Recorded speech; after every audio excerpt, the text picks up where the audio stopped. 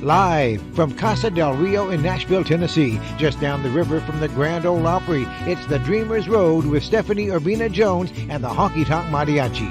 Grab a seat, grab a drink, saddle up, and let's take a ride down this Dreamers Road. Vámonos, y'all.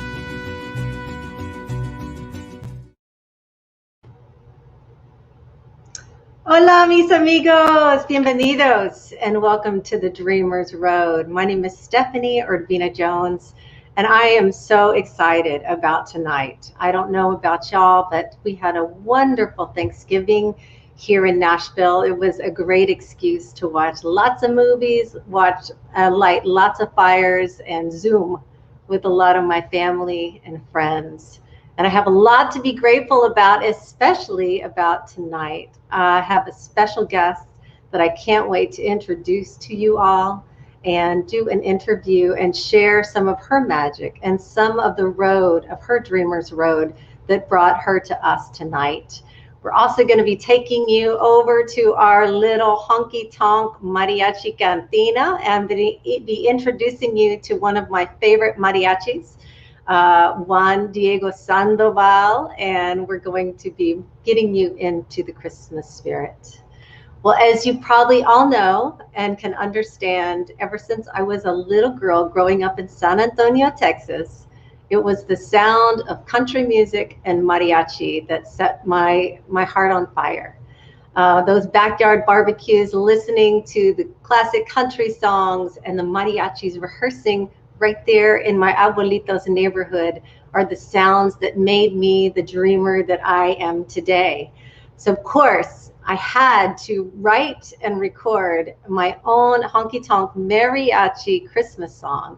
I want to share that with you tonight. And this is a song that I wrote with my friend and co-writer, Mark Marchetti. We hope this gets you into the Christmas spirit and enjoying a very mariachi Christmas.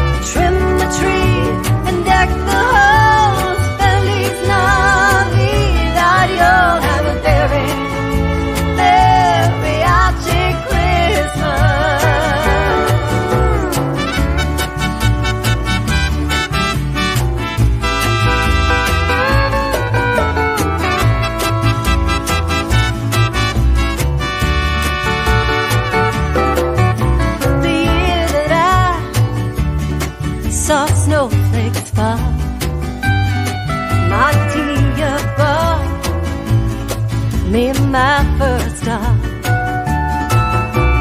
Jingle bells and silent night, baby Jesus and snowball fight.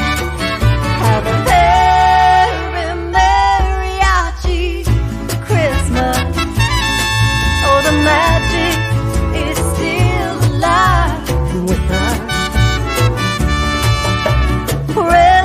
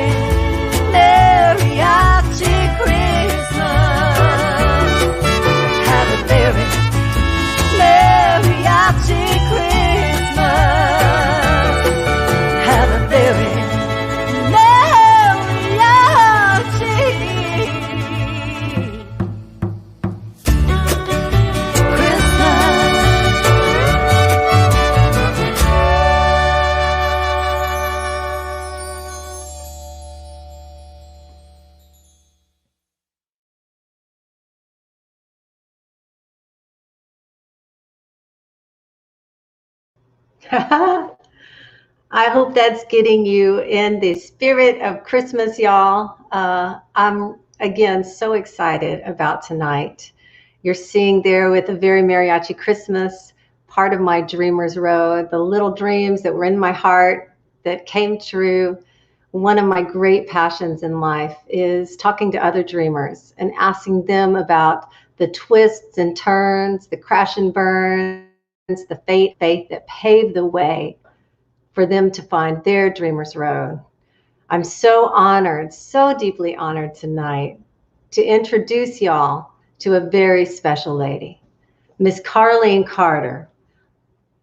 Carlene Carter has always had pure country music pedigree, but she added a rock edge all her own and smashed the genre barrier while she was at it. Long before the Taylor Swifts, Miranda Lamberts, and Brandi Carliles, Carlene Carter set the standard for today's independent, self-empowered, and irrepressible female country artist. And she did so when country music, as Barbara Mandrell sang in 1981, Country Music Association Single of the Year, wasn't cool. She's a proud part of the first family of country music, understandably considered the most influential group in country music history, the daughter of 1950s and 60s country crooner Honky Tonker Carl Smith and the Carter family's June Carter Cash, and stepdaughter of Johnny Cash. Her sixth and biggest album, I Fell in Love, was debuted, and in the 90s, Carlene was certainly the high-energy, rockingest country chick in the universe. Her words, not to mention the token female opening act of such arena country artists as Merle Haggard, Clint Black, Dwight Yoakam, and Hank Williams Jr. My Dreamer's Road met her somewhere down in Austin when I was rocking out in college to this song, Every Little Thing. Take a look, you guys.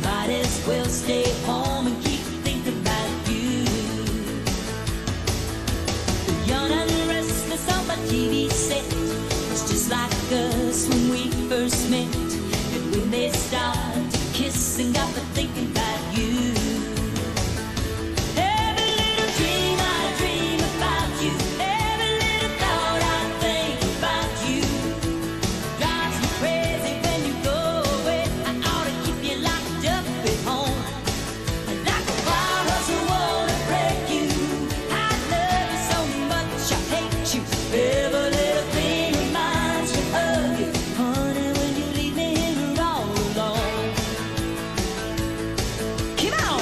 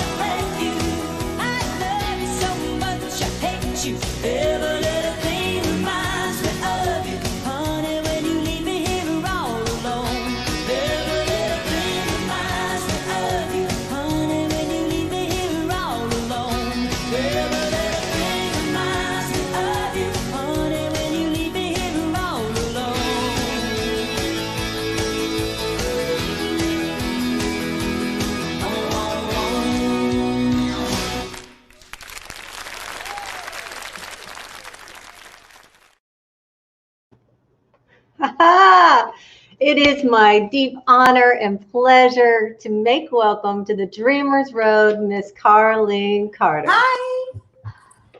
Hey, Carlene. How are you doing tonight? I'm so glad to be here. Thank you for inviting me.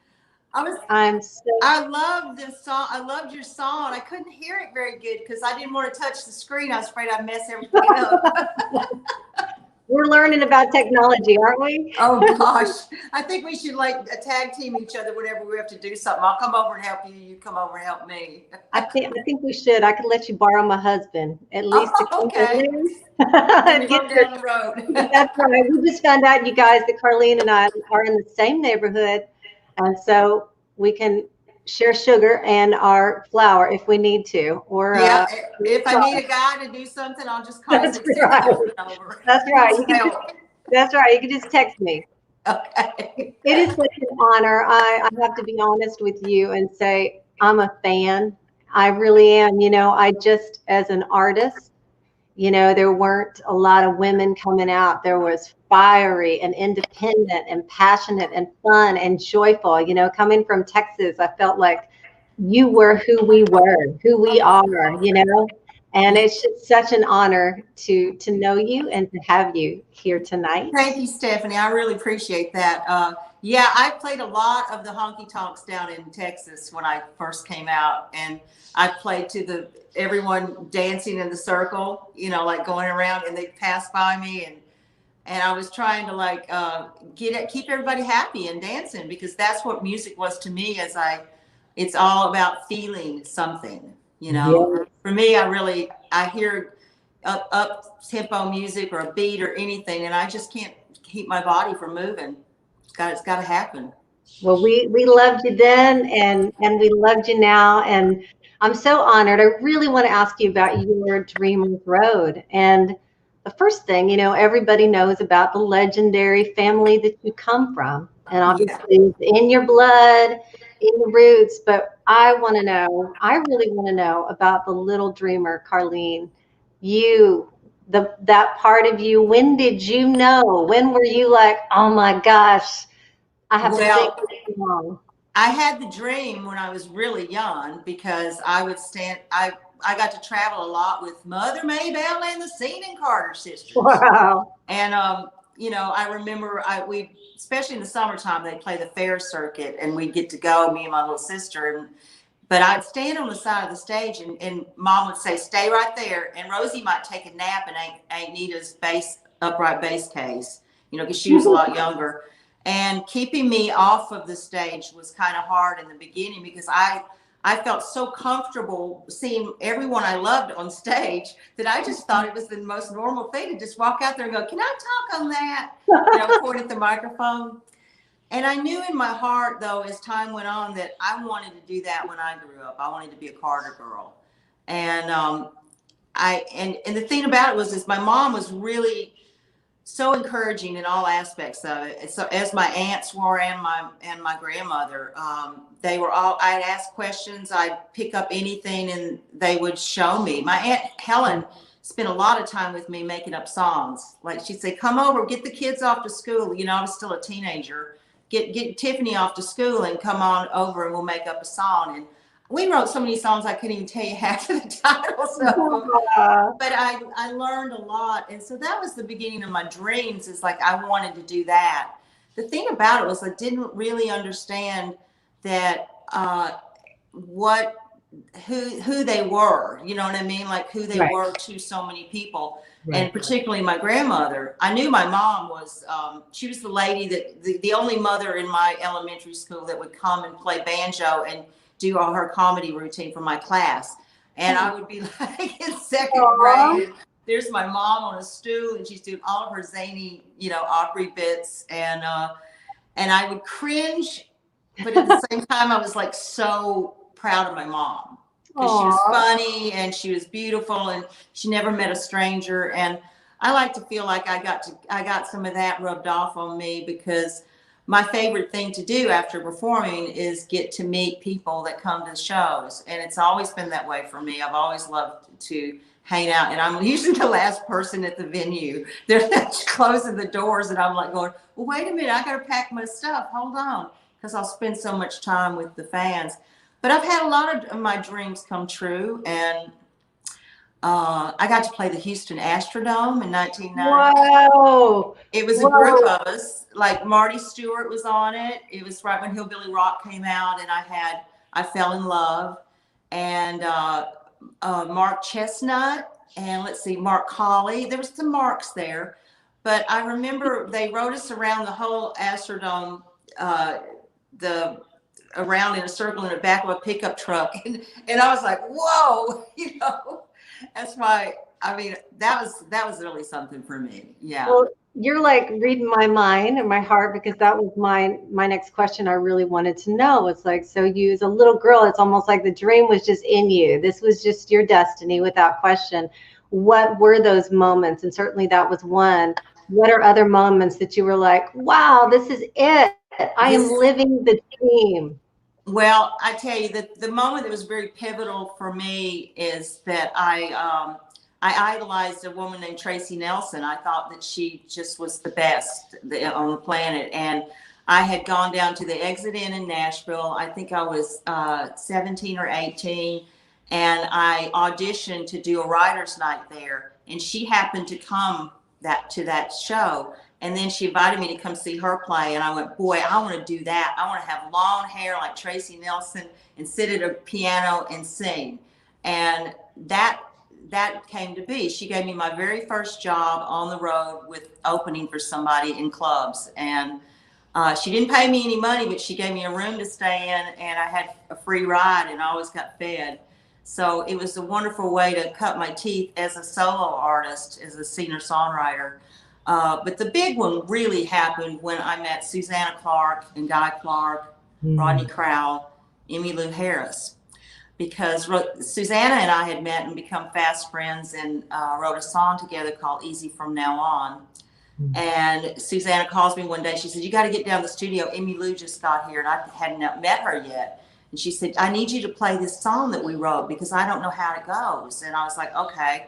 So I'm dying. I'm going down there, and I remember Emmy was like sitting down, and I'm standing up with my guitar, and I'm looking kind of down at Emmy, and she's listening to my song, and I have no idea how it sounded or anything.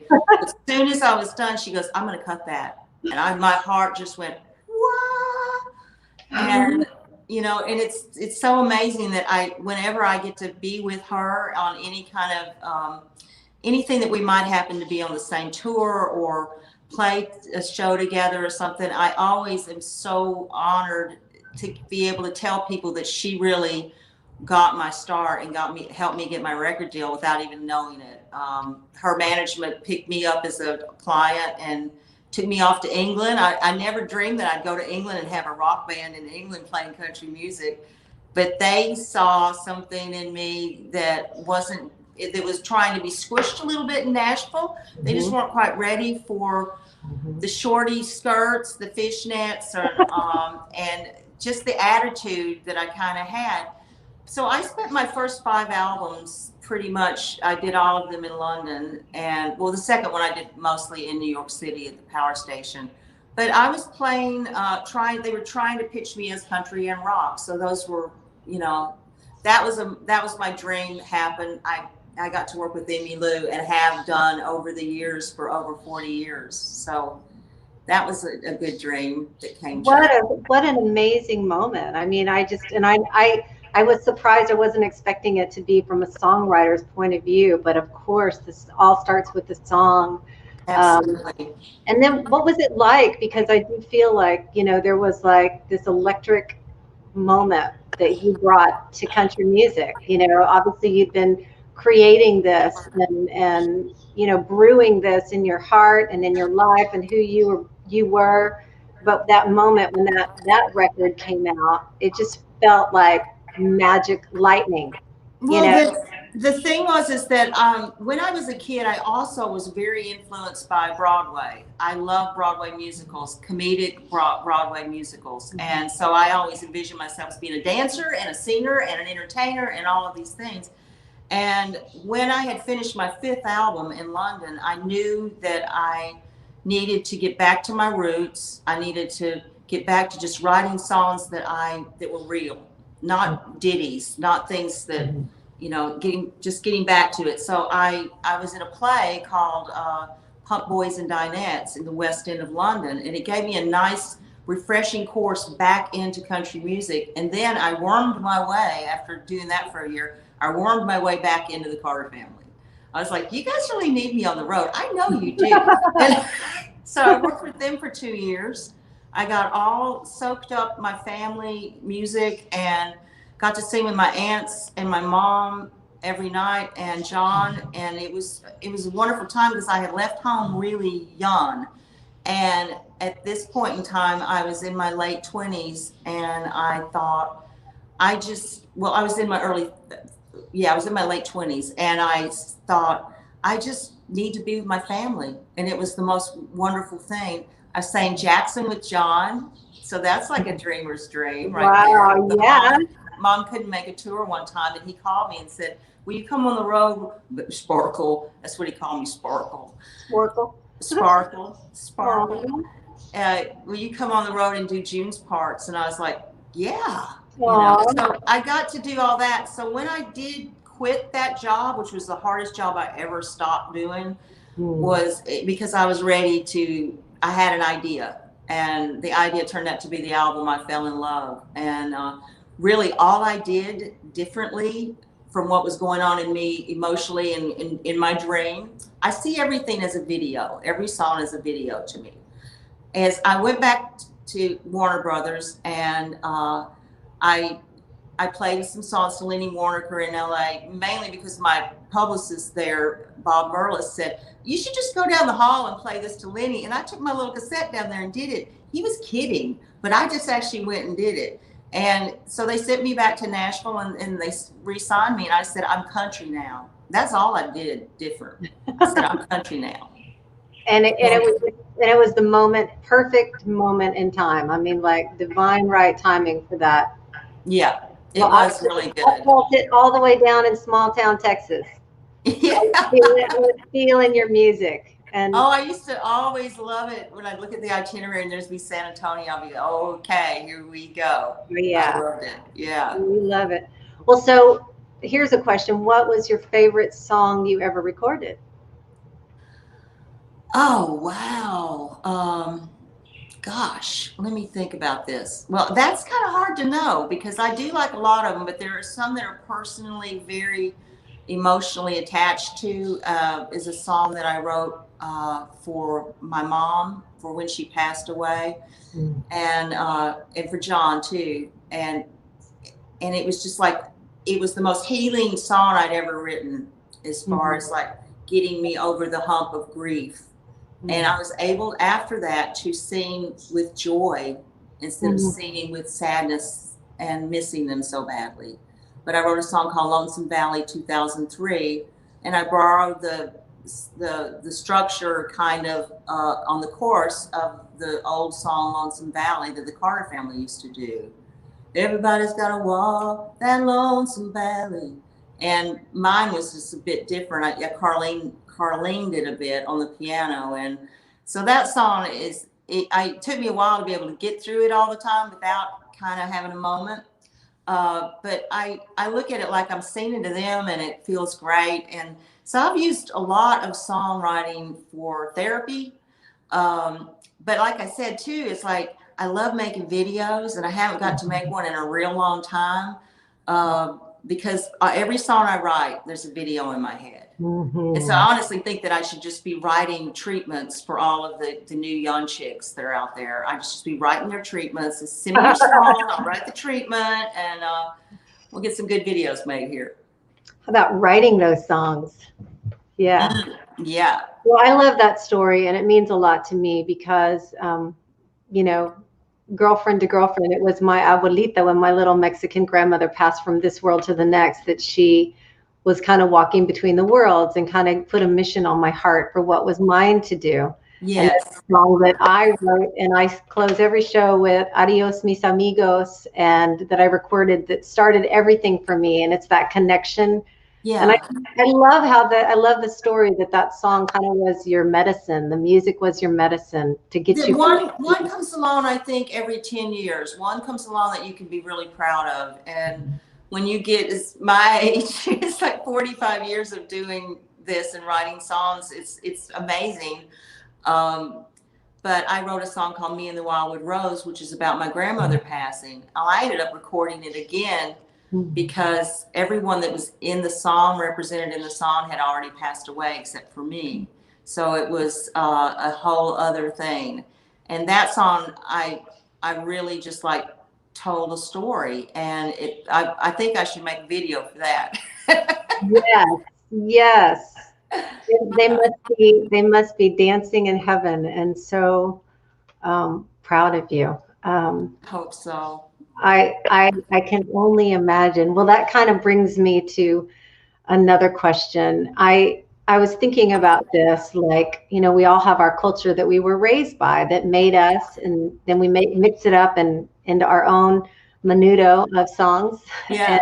And that's soup, by the way. And I know what menudo is. Yeah. Yum. And so, for me, there was like we'd be having barbacoa and tamales and enchiladas, pollo con arroz, and everybody would be listening to country music, but also these sounds of mariachi from Mexico. And we'd be in the kitchen, the culture, the sounds, the beats, the laughter. And so it's all revolved around food, family, yeah. church, fish fries on Sunday afternoons, sitting around and playing guitars with everyone practicing or not practicing, just playing a new song.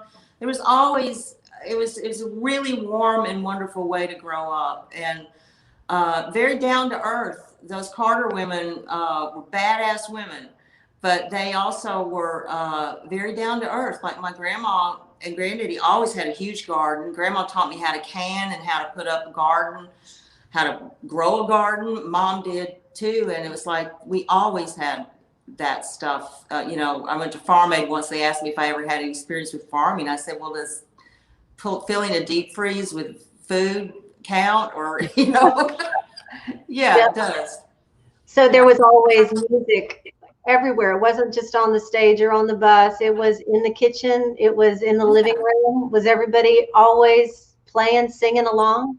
No, there were other times where that would happen, and usually like after a dinner or something, we'd sit around and everyone would pass the guitar. And we had this thing after Mom married John. They started having a lot of parties with a lot of different kind of people coming that had not necessarily come to our house in Madison when Mom and me and Rosie lived down on Due West.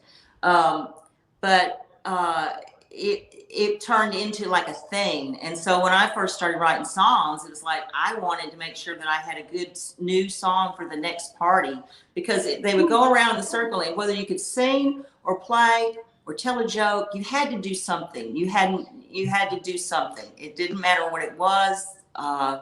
You just had to tell a story, or somebody, they call it sing for your supper. Oh, I love that. Yeah. I love that. Well, my last question for you today, Carlene, is: do you have any advice for dreamers? Any of dreamers of any kind, that have a dream in their heart? What would you share with them? Don't be afraid. Don't be afraid. Don't be afraid to dream as big as you want to. And just, some people have told me that are famous, have said, oh, I'm so scared I'm going to lose it. Now that I'm at the top, I'm going to lose it. I just said, I don't want to make it. I just want to keep making my way that way. I just want to keep following the path. If I make it, then where am I going to go? Exactly. So it's not really about the making it aspect of things. So that's my theory on it. But it all starts with a song. Find a good song, and if you don't write songs, I bet you can figure out how, because I didn't know how, and I started trying, and I tried all different ways of doing it, and finally one day I wrote a good song. And just don't try not to be scared and be yourself. Always be authentic. Don't try and mimic anybody else. These are my rules that I live by. And every time I have tried to conform to something for radio or for a label or whatever, it's been a complete catastrophe, because I'm a pretty good actress, but I cannot act like anybody but me. You know, I don't want to. And it's like, I love, I love where I'm at in my life, because I get to carry on the legacy of the Carter family. I get to add to it with all of my music. My daughter is doing the same thing. My brother, John Carter Cash, and his kids are doing it. And it's like, this is important. And this is what we were charged with as kids, was to carry on the legacy and keep the music alive. And I just, I don't know what I would have done in my life. It would have had something to do with music. I studied classical piano so I could be a piano teacher, just in case I didn't get a record deal. 3 months before I was going to get my Bachelor of Arts degree from Belmont, I got a record deal, and I said, bye-bye. Yes, I love that. I love that. Well, Carlene, it has been an honor and a pleasure to have you and to meet you and talk to you. And I look forward to seeing you in the neighborhood down the street. Yeah, we'll go down to Dave's Country Cocktail Lounge. Yes, we will. Within our masks and hang out. That's right. That's right. And everybody, as you can see, if you want to check out CarleneCarter.net. And thank you again, Carlene, for joining us on the Dreamers Road. Thank you, Stephanie, so much. Feliz Navidad. Feliz Navidad. Y'all. Y'all. Well, you guys, take a moment here. We are going to be sharing with you the very next merch video. We're so excited about the merch that we have that just came out. We have Feliz Navidad, y'all, t-shirts and caps. Gracias, y'all, t-shirts and caps. And check out our new logos for the Honky Tonk Mariachis, you guys.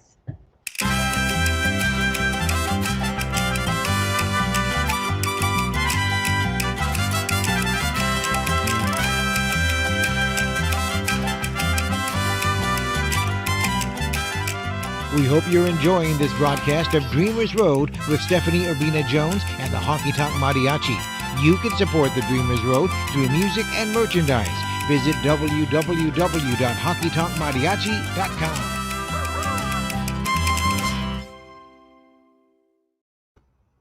And we're back. Well, you guys, we're excited. We have a new fun thing that we've added to the Dreamers Road called Honky Tonk Trivia. And in honor of Miss Carlene Carter and the Carter family, we're going to be asking all of you out there some of these questions. We're going to ask you to share on Facebook your answers, and whoever wins the first question wins a Stephanie Urbina Jones Feliz Navidad Y'all CD, which we'll get in the mail to you. So here's the question, you guys. Very first question. What was June Carter Cash's first name, and what state was she born in? Was it A, June Carter Cash was born Kathleen June Carter in El Paso, Texas? Was it B, June Carter Cash was born Valerie June Carter in Macy Springs, Virginia? Was it C, June Carter Cash was born Mary June Carter in Charlotte, North Carolina? Or D, was it June Carter Cash born Annabelle June Carter in Paris, Tennessee? Well, I hope you're thinking about it. I'm going to make up a little sound here. Da, da, da, da, da, da, da, da, da, da, da, da. Let's go through these answers again. Was it A, June Carter Cash was born Kathleen June Carter in El Paso, Texas? Was it B, June Carter Cash born Valerie June Carter in Macy Spring, Virginia? C, was June Carter Cash born Mary June Carter in Charlotte, North Carolina? Or D, was June Carter Cash born Annabelle June Carter in Paris, Tennessee. I hope you guys are writing in your answers there on Facebook. Mike, do we have any answers yet? Anybody? Allison Auerbach, you are right. June Carter Cash's name was Valerie June Carter, and she was born in Macy Springs, Virginia. And you win a Feliz Navidad CD. Be sure and we will PM you and get that in the mail to you. We have one more question on the Honky Tonk Mariachi. Here we go. Where did Carlene Carter record her first album, and with what band? Was it A, in Germany with Tom Petty and the Heartbreakers? Was it B, in the US with Brian Setzer and the Stray Cats? Was it C, in Mexico with the Rolling Stones? Or was it D, London, in Graham Parker's backing band, The Rumor? Once again, we're going to ask you guys, here's the questions, here's the answers. Was it in D, London with Graham Parker's backing band, The Rumor? Was it C, Mexico with the Rolling Stones? Was it B, in the US with Brian Setzer and the Stray Cats? Was it A, in Germany with Tom Petty and the Heartbreakers? What do you think it is? If you were listening to that interview, that amazing interview with Carlene Carter, she might have given up a clue to it. Mike, do we have anyone? Terry Williams says D. It was. Mike, do you want to show the answer? Terry Williams, you are right. It was in London with Graham Parker's backing band, The Rumor. We're so excited, Terry. We're going to be sending you a Feliz Navidad Honky Tonk Mariachi CD. Thank you all for joining us. Well, we're excited to be sharing another new part of our show tonight. As I mentioned, one of my favorite things since I was a little girl are mariachis, and I've had the great pleasure of meeting one of my favorite people in the world, Juan Diego Sandoval. Juan Diego Sandoval happened to come over to my house, Casa del Rio, not too long ago, and we created a little honky tonk mariachi cantina right here in my house. This is a little Feliz Navidad, y'all, to get you in the Christmas spirit.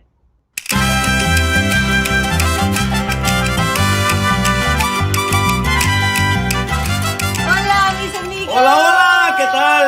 Bienvenidos and welcome to Honky Tonk Mariachi Cantina. Sí, señor. It's Christmas time, y'all. We are here to get you in the Christmas spirit in our little cantina. Yes, to get some hot chocolate. Some abuelitas. Oh, abuelitas, oh, my favorite chocolate. My favorite. And so anyway, this is one of my favorite Christmas songs. I love it. I still remember this. You can just hear his voice, Jose Feliciano, with this song. But we are going to do our own Honky Tonk Mariachi Cantina version of Sí, señor. Feliz Navidad. Sí, señor. Dice 1, 2, 3 y...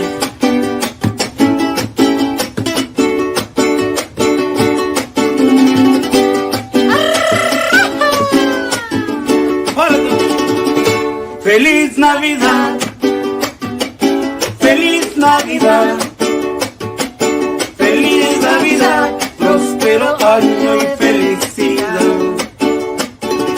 Feliz Navidad, oh, oh, oh, oh. Feliz Navidad, Feliz Navidad, próspero año y felicidad. I wanna wish you a Merry Christmas. I wanna wish you a Merry Christmas. I wanna wish you a Merry Christmas from the bottom of my heart. I wanna wish you a Merry Christmas. I wanna wish you a Merry Christmas.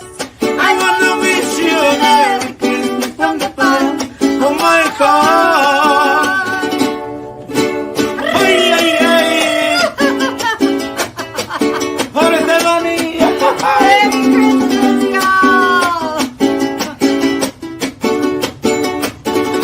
Feliz Navidad.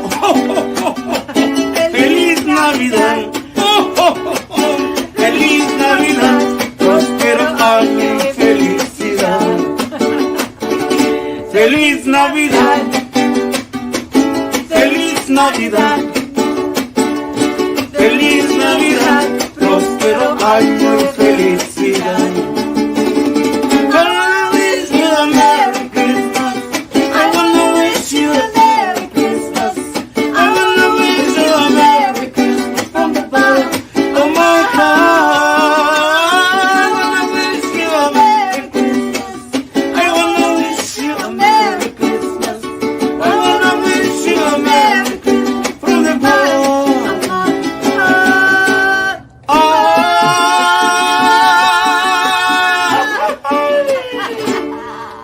¡Sí, señor! ¡Ay, de María! ¡Ay, qué bonito!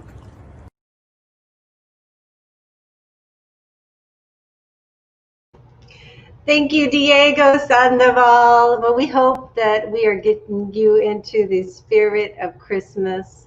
We're wishing you and yours a wonderful couple of weeks, you guys. We'll be seeing you 2 weeks down the road on the Dreamers Road. Please be sure, like, share, subscribe, and check us out. Everything Honky Tonk Mariachi.com. My name is Stephanie Urbina Jones. I'm grateful to be here with y'all with the Honky Tonk Mariachis. Feliz Navidad, y'all. We'll see you next time.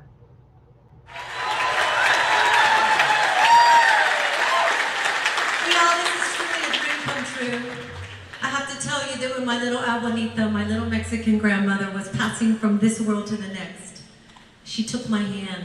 She was talking to my grandfather on the other side, and she was talking to me. And she said, "Mija, you're going to be making country music with chili peppers." Thank you for allowing me to live this dream.